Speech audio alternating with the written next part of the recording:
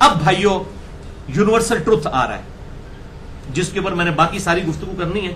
آپ اس کے بعد قرآن حکیم بند کر دیں گے انشاءاللہ, اور پھر میں انشاءاللہ ڈیٹیل کے ساتھ اس کے اوپر گفتگو کروں گا. ان آیات کے بعد اللہ تعالیٰ کی طرف سے ایک یونیورسل ٹروتھ آ رہا ہے, اور وہ یہ ہے کہ انبیاء کرام علیہم السلام اور ان کے جو سچے فالوورز ہیں صحابہ کرام علیہم رضوان, ان کے جانے کے فوراً بعد ناخلف قسم کے جانشین انبیاء کی خانقاہوں پر بیٹھ جاتے ہیں, ان کی مسندوں پر بیٹھ جاتے ہیں, اور پھر وہ دین کا بیڑا غرق کرتے ہیں. دین کا کیا, اپنا ہی بیڑا غرق کرتے ہیں. تو یہ ٹروتھ ریویل ہو رہا ہے سورہ مریم آیت نمبر 59 سے لے کر 63 تک, جس کے کانٹیکسٹ میں نے اب باقی کی گفتگو کرنی ہے. فخلف من بعدہم خلف, پس ان انبیاء کرام علیہم السلام جن کا ذکر خیر پہلے ہوا بائی نیم, اللہ تعالیٰ نے 7 انبیاء کا ذکر کیا, اس کے بعد 4 انبیاء کرام علیہم السلام اور ان کی اولاد کا ذکر کیا, سیدنا آدم علیہ السلام, سیدنا ابراہیم علیہ السلام, سیدنا نوح علیہ السلام اور سیدنا یعقوب علیہ السلام اور ان کی اولاد کا, اور اس سے پہلے اور پیغمبروں کا ذکر کرنے کے بعد یہ کنکلوڈ کر رہا ہے اللہ تعالیٰ کہ ان کے جانے کے بعد ناخلف لوگ ان کے جانشین بن گئے. اور ان کی نٹوریس جو کوالٹی تھی وہ کیا تھی؟ اضاعوا الصلاۃ, انہوں نے نمازوں کو ضائع کیا, واتبعوا الشہوات, اور خواہشات نفسانی کی پیروی کرنا شروع کر دی. فسوف یلقون غیا, تو ان قریب وہ اپنی نافرمانی کا عذاب چکھ لیں گے. والعیاذ باللہ تعالی.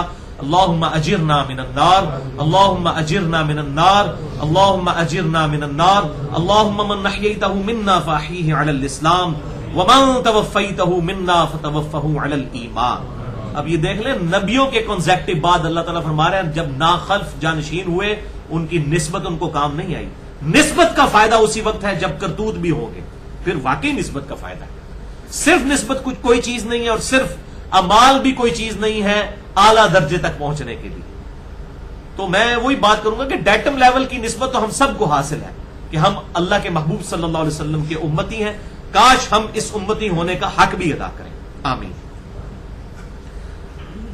الا من تابا, ہاں مگر جو کوئی توبہ کر لے, وہ آمنا, اور ایمان لے آئے. اچھا ایمان تو پہلے ہی لائے ہوئے ہو, اس سے مراد ہے ایمان ایسا لائے کہ ایمان لانے کا حق ادا کرے, یعنی اللہ کو بھی مانے اور اللہ کی بھی مانے, نبیوں کو بھی مانے علیہم السلام اور نبیوں کی بھی مانے. وعمل صالحا, اور صرف ماننا کافی نہیں, نیک اعمال بھی اختیار کرے. فاولئک يدخلون الجنہ, تو ایسے لوگوں کو ہم جنت میں داخل کریں گے. ولا یظلمون شیئا, اور ان پر کوئی ظلم نہیں کیا جائے گا.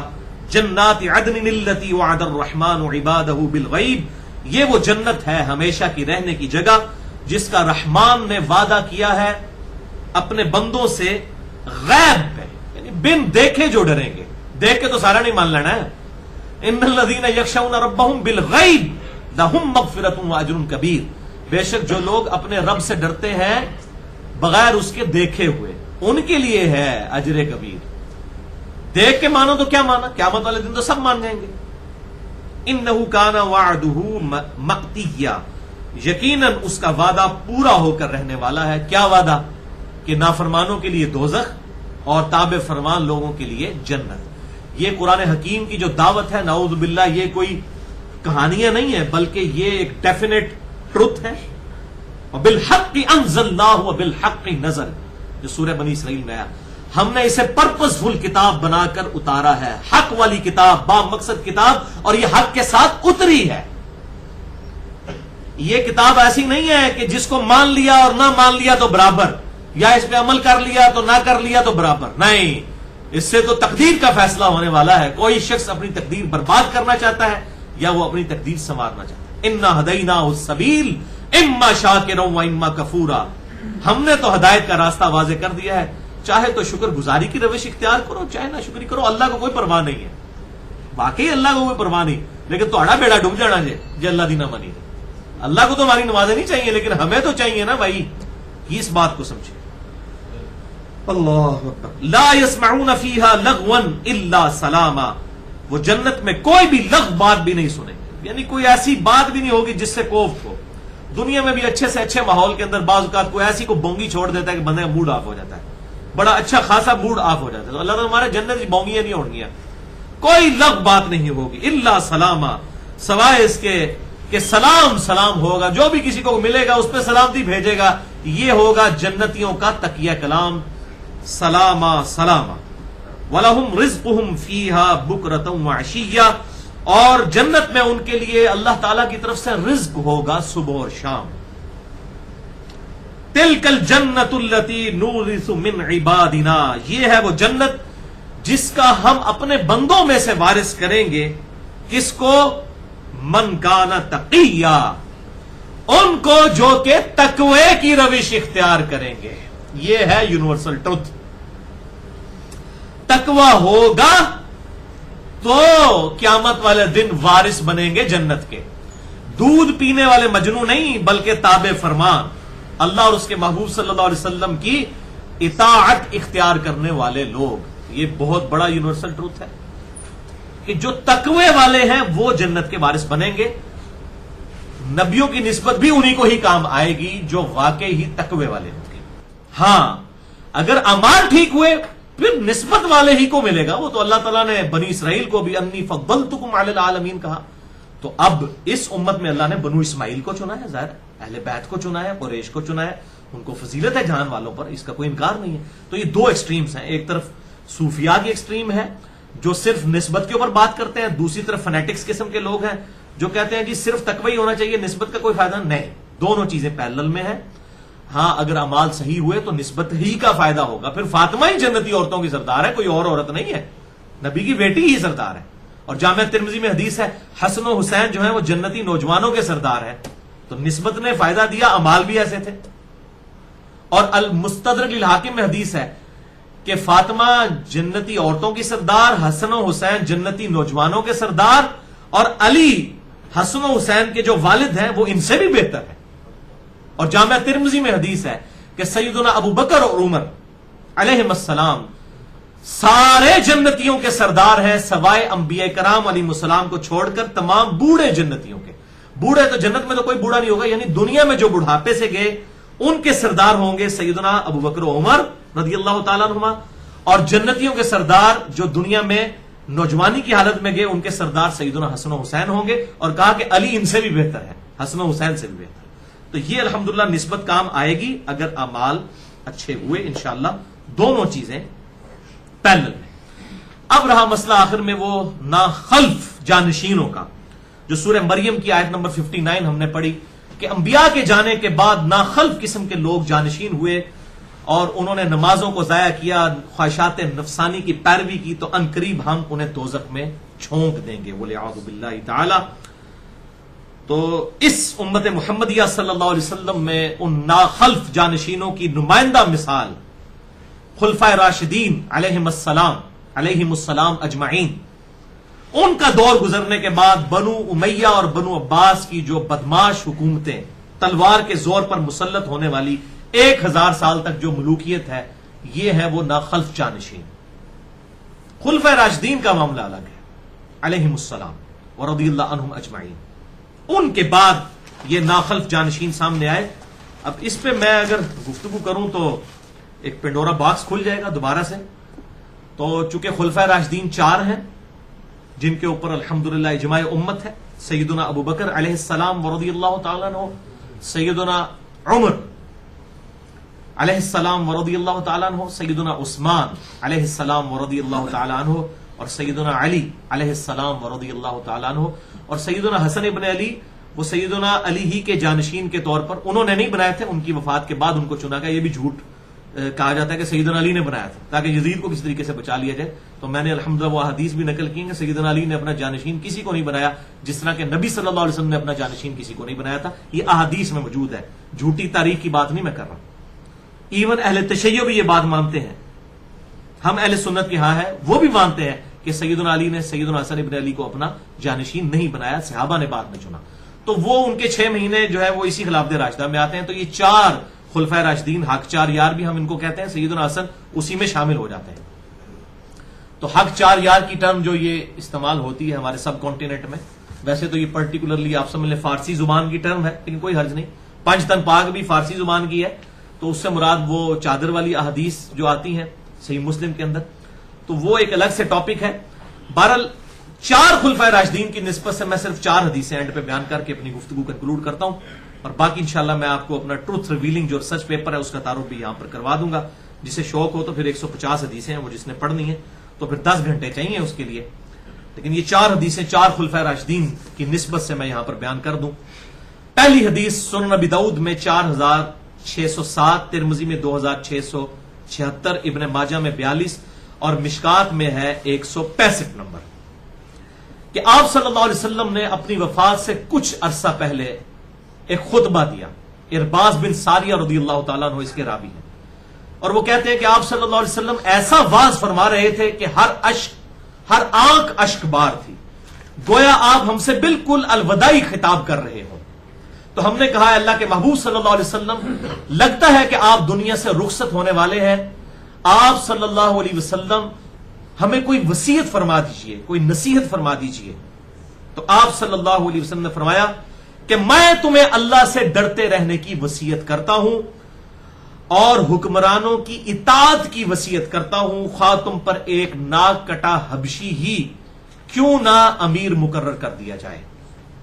یعنی آپ صلی اللہ علیہ وسلم اور آپ کے بعد خلفائے راشدین نے بھی یعنی یہ نہیں دیکھا کہ کوئی اونچے خاندان کا ہے تو اس کو جو ہے وہ امیر کہیں پر مقرر کرے، نہیں، بعض اوقات بالکل سیدنا زید ابن حارثہ یہ بھی غلام زادے تھے، ان کو امیر مقرر کیا گیا. غزوہ موتا کے موقع پر آپ صلی اللہ علیہ وسلم نے خود کیا، کئی جو سینئر صحابہ ان کے انڈر تھے. اس سے مراد یہ نہیں کہ بدماشی سے کوئی تلوار کی زور پہ آ کے تو آپ کے اوپر بیٹھ جائے کہ جی میری تو ناک بھی ٹھیک ہے، میرے کرتوت پیڑن تھے، منو امیر المومنین مان لو. یہ نہیں سے مراد امیر المومنین کی جانب سے جو جس کی خلافت صحیح ہو اس کی جانب سے جو امیر مقرر کیا جائے گا، ناک کٹا بھی ہو اگر، یعنی اس کے اعمال درست ہوں گے تو اس کو اپنا امیر تصور کر لینا اور اس کی اطاعت کرنا. اور دیکھنا تم میرے بعد بہت اختلاف دیکھو گے، اس وقت علیکم بسنتی وسنت الخلفاء الراشدین المہدیین، اس وقت تم پر میری سنت اور میرے ہدایت یافتہ خلفائے راشدین کی سنت لازم ہے. اس سنت کو پکڑ لینا، دانتوں سے مضبوطی سے پکڑ لینا، اور دیکھنا دین میں نئی نئی بدعتوں سے بچنا. تمام بدعتیں گمراہیاں ہیں اور تمام گمراہیاں جو ہیں وہ دوزخ میں لے جانے والی ہیں، وَلِعَاذُ بِاللَّهِ تعالی. یہ آخری الفاظ جو ہیں سنن نسائی میں موجود ہیں کہ تمام گمراہیاں دوزخ میں لے جانے والی ہیں، تمام بدعتیں دوزخ میں لے جانے والی ہیں. تو یہ خلفائے راشدین جو ہیں یہ 30 سال تک خلافت راشدہ ہے. یہ الگ سے ایک ٹاپک ہے، بہرحال اس کے اوپر ایک بڑا تحقیقی مضمون شیخ زبیر علی زئی رحمہ اللہ وعلیہ السلام ورضی اللہ تعالی عنہ، انہوں نے اپنی مقالات کی پہلی جلد میں خلافت راشدہ کے 30 سال کے عنوان سے ایک مضمون لکھ دیا ہے احادیث کی روشنی میں. کیونکہ بعض لوگ وہ 12 خلفاء والی حدیث لیتے تھے بخاری اور مسلم سے اور پکڑ کے یزید کو ڈالنے کی کوشش کرتے تھے. میں نے بھی اس کا جواب دیا مسئلہ نمبر 102 کے اندر کہ وہ 12 خلفاء والا جو یہ مسئلہ، اور مسئلہ نمبر 127 بھی ہے امام مہدی علیہ السلام کے اوپر. میں نے بتایا کہ 12ویں خلیفہ انہوں نے ہونا ہے. یہ 12 خلیفے جو ہے آپ صلی اللہ علیہ وسلم کے فوراً کنزیکٹو ساتھ نہیں ہے، کنزیکٹو ساتھ جو ہے وہ 5 ہی ہیں، ابو بکر، عمر، عثمان، علی اور حسن ابن علی. اور باقی پھر وقتاً فوقتاً آئے، عمر بن عبدالعزیز اور امام محمد مہدی آئیں گے، اور بیچ میں اچھے خلیفہ بھی آئیں گے. تو اس حوالے سے میں نے گفتگو کی ہے خلافت راشدہ کے 30 سال جو حدیث سفینہ آئی ہے ابو داؤد کے اندر، ترمذی کے اندر، کہ میرے بعد خلافت جو ہے وہ 30 سال تک رہے گی، اس کے بعد ملوکیت شروع ہو جائے گی. یہ الگ سے ایک ٹاپک ہے. تو وہ خلافت راشدہ کے 30 سال شیخ صاحب کی یہ جو ہے ریسرچ پیپر مقالات کی پہلی جلد میں موجود ہے.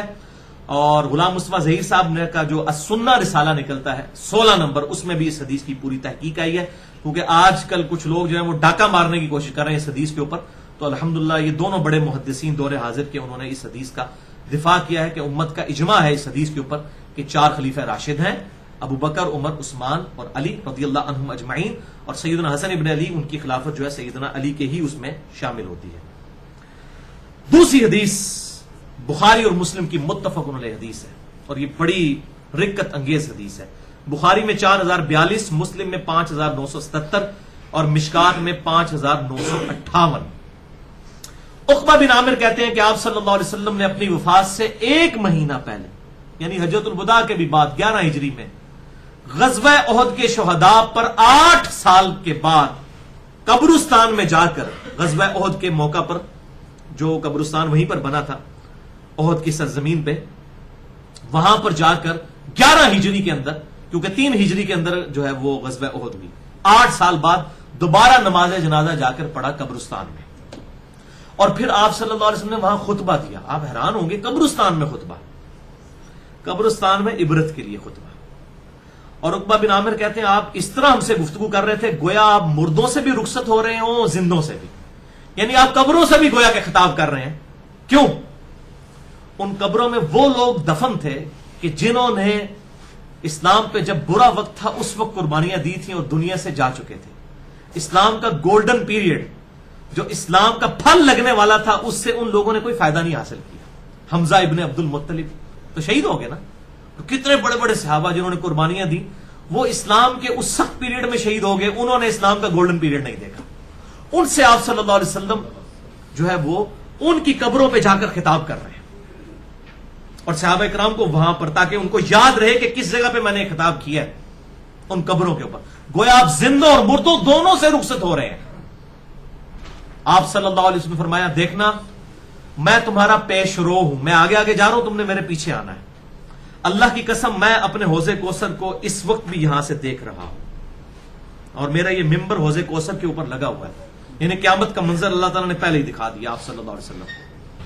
اور پھر آپ صلی اللہ علیہ وسلم نے فرمایا مجھے اللہ تعالیٰ نے زمین کے خزانوں کی چابیاں عطا فرما دی.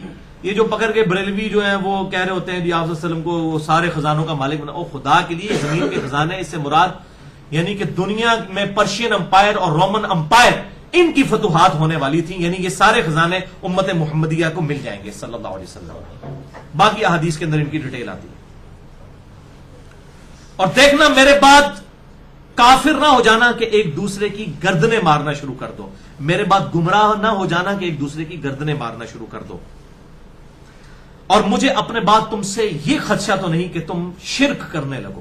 یعنی صحابہ سے کیسے آپ تصور کر سکتے ہیں کہ وہ شرک کریں، لیکن مجھے تم سے یہ خطرہ ہے کہ تم دنیا کے مال میں پھنس جاؤ گے. اور غزوہ احد میں بھی یہی ہوا تھا، دنیا کی مال کی محبت ہی میں واضح فتح جو ہے شکست میں بدل گئی تھی. حالانکہ اللہ کے نبی بیچ میں موجود تھے، تب بھی اللہ تعالیٰ نے لحاظ نہیں کیا. اور آج اللہ کے نبی ہم میں موجود بھی نہیں ہے صلی اللہ علیہ وسلم، تو اللہ تبارک و تعالیٰ کیسے لحاظ کرے گا اگر اللہ کے محبوب صلی اللہ علیہ وسلم کی اطاعت اور فرما برداری تابع فرمان ہم نہیں ہوں گے؟ کیسے اللہ تعالیٰ جو ہے وہ چھوڑے گا؟ نہیں لحاظ کرے گا. بالکل یہ کلیئر کٹ ہے. اللہ تعالیٰ کے جو احکامات ہیں وہ بالکل ننگی تلوار ہیں. اللہ تعالیٰ اپنے معاملات میں کوئی لحاظ فرمانے والا نہیں. تو دنیا کی محبت کی وجہ سے، تو اسی لیے احد کے شہداء پہ آپ نے ایک خطبہ دیا تاکہ پتہ چل جائے کہ دنیا کی محبت کی وجہ سے کیا ہوا تھا، اسی میدان احد میں ہوا. اور یہ لوگ جو یہاں پہ دفن ہیں انہوں نے اسلام کا گولڈن پیریڈ نہیں دیکھا. ان کی محنتوں کے پھل تم کھانے والے ہو میرے بعد والے لوگ. تو دیکھنا ڈر جانا، مجھے خطرہ نہیں کہ تم شرک کرنے لگو، لیکن مجھے خطرہ ہے کہ تم دنیا کے مال میں پھنس جاؤ گے. اور مسلم شریف کے الفاظ آگے یہ ہیں، صحیح مسلم 5977، کہ پھر تم اس دنیا کی مال کی محبت میں ایک دوسرے کو قتل کرو گے جیسا کہ اگلے لوگوں نے کیا، اور تم بھی برباد ہو جاؤ گے جس طرح اگلے برباد ہو گے. اور واقعی برباد ہو گئے. پھر خلافت راشدہ کے بعد اسلام کا زوال شروع ہو گیا. مسلمانوں کا عروج 1000 سال تک رہا، وہ پہیہ چلتا رہا. اسلام کا زوال خلافت راشدہ کے بعد شروع ہو گیا، مسلمانوں کا عروج رہا.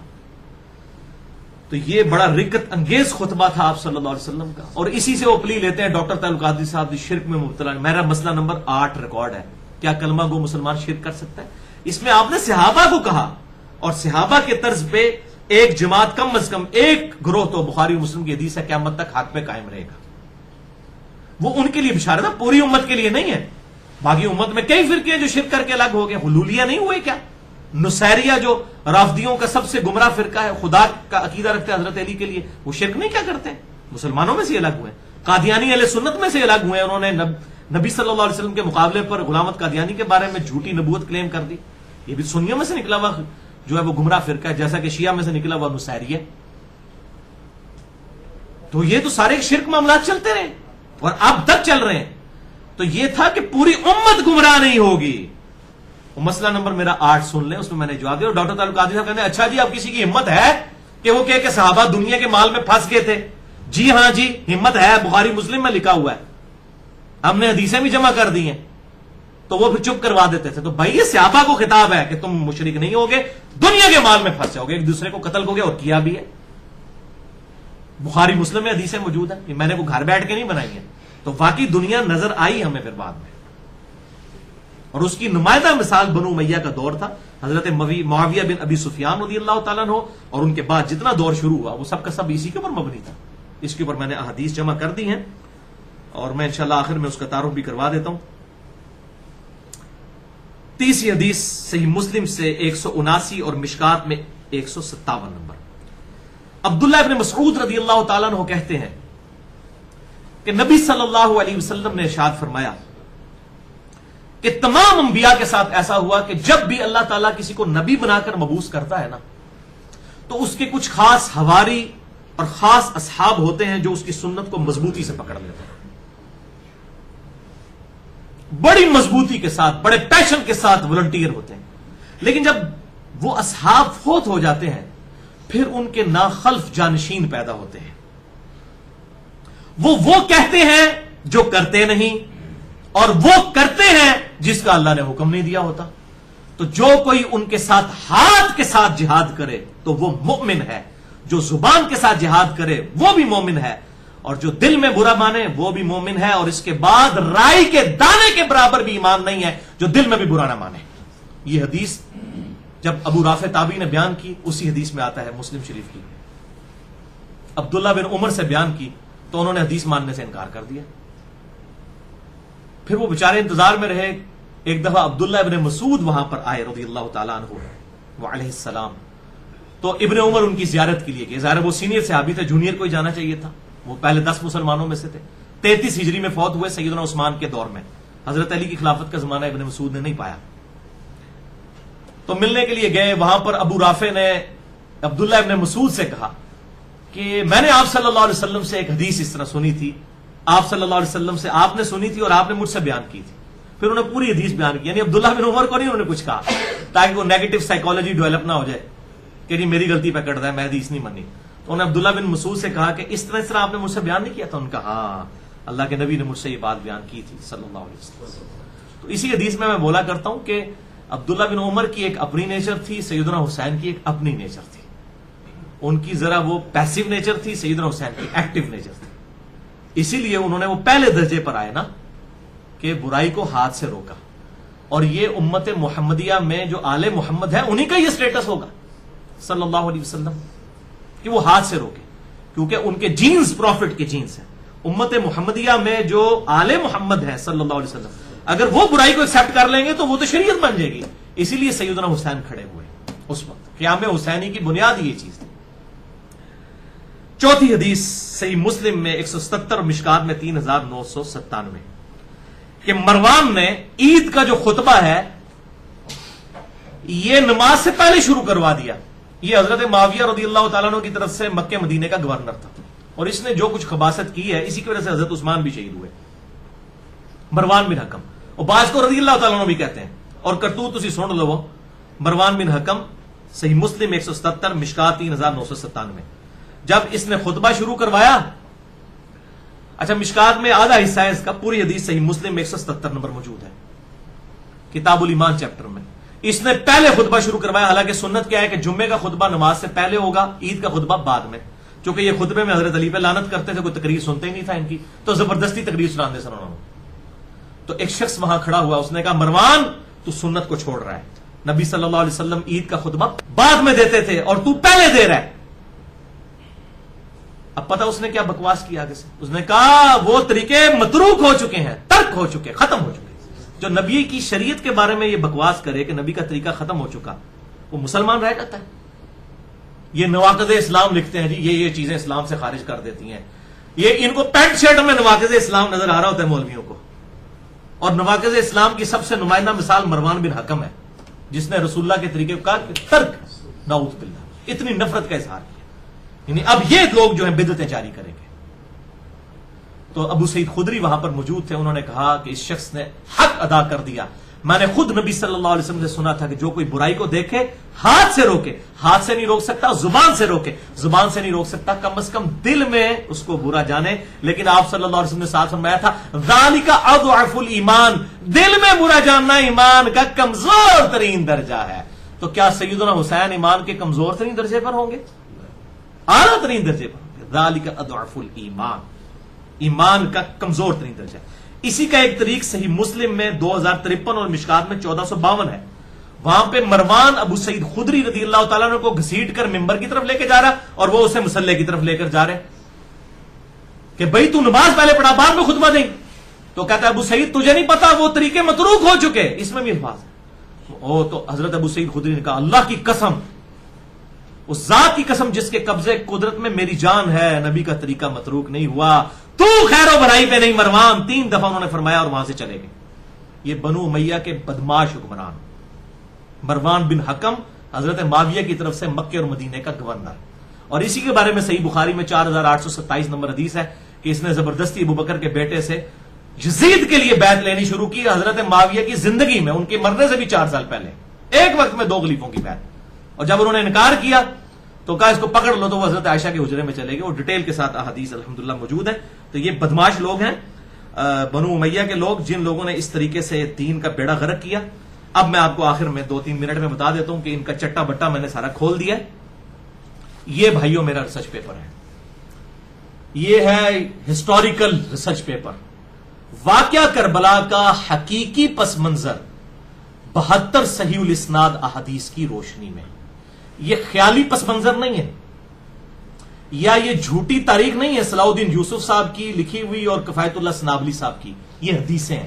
اس میں 150 طریق میں نے 150 احادیث جمع کی. 72 شہدائے احد کی نسبت سے ایک نمبرنگ کے اوپر کئی احادیث موجود ہیں. اور الحمدللہ یہ انٹرنیشنل پمفلٹ ہے. سب سے پہلے میں نے عربی میں لکھا ہے, اس کے بعد اس کا اردو ترجمہ ہوا, آج کل ہندی ہو رہا ہے اور انگلش بھی عنقریب آ جائے گا. اہل سنت پاک.com پہ جائیں, ریسرچ پیپرز میں جا کر 5B ریسرچ پیپر تقریباً 6.5 MB کی فائل ہے, PDF ڈاؤن لوڈ کریں اور پڑھیں. اور اس میں یہ سارا چٹا بٹا میں نے کھول دیا. بنو امیہ کی بدماش حکومت کا جو ناخلف جانشین, جو سورہ مریم کی آیت نمبر 59 میں آیا کہ نبیوں کے جانے کے بعد اور خلفائے راشدین کے اور صحیح پکے جو والنٹیئرز اصحاب ہیں ان کے جانے کے بعد کس طریقے سے جو ہے وہ جانشین مسلط ہو جاتے ہیں, حکمران بن جاتے ہیں, ان کا پورا چٹا بٹا میں نے اس کے اندر کھول دیا ہے. سرچ پیپر نمبر 5B واقعہ کربلا کا حقیقی پس منظر 72 صحیح الاسناد احادیث کی روشنی میں. اہل سنت پاک.com سے آپ اسے ڈاؤن لوڈ کر سکتے ہیں. 6.5 MB کی فائل ہے. انشاءاللہ عربی میں بھی اور اردو میں تو آپ کو فوراً مل جائے گی. ہارڈ کاپیز بھی یہاں پہ کلرڈ مل جاتی ہیں. اور اس کے بعد انگلش اور ہندی ترجمہ بھی الحمدللہ اس کا آنے والا ہے. اللہ تعالیٰ سے دعا ہے جو حق بات میں نے کہی اللہ تعالیٰ ہمارے دلوں میں راسخ فرمائے. اگر جذبات میں میرے منہ سے کوئی غلط بات نکل گئی تو اللہ تعالیٰ ہمارے دلوں سے محو کر دے. ہمیں کتاب و سنت کی تعلیمات پر عمل کر کے دوسرے بھائیوں تک پہنچانے کی توفیق عطا فرمائے. سبحانک اللہم و بحمدک اشہد ان لا الہ الا انت استغفرک و اتوب الیک وما علینا الا البلاغ المبین.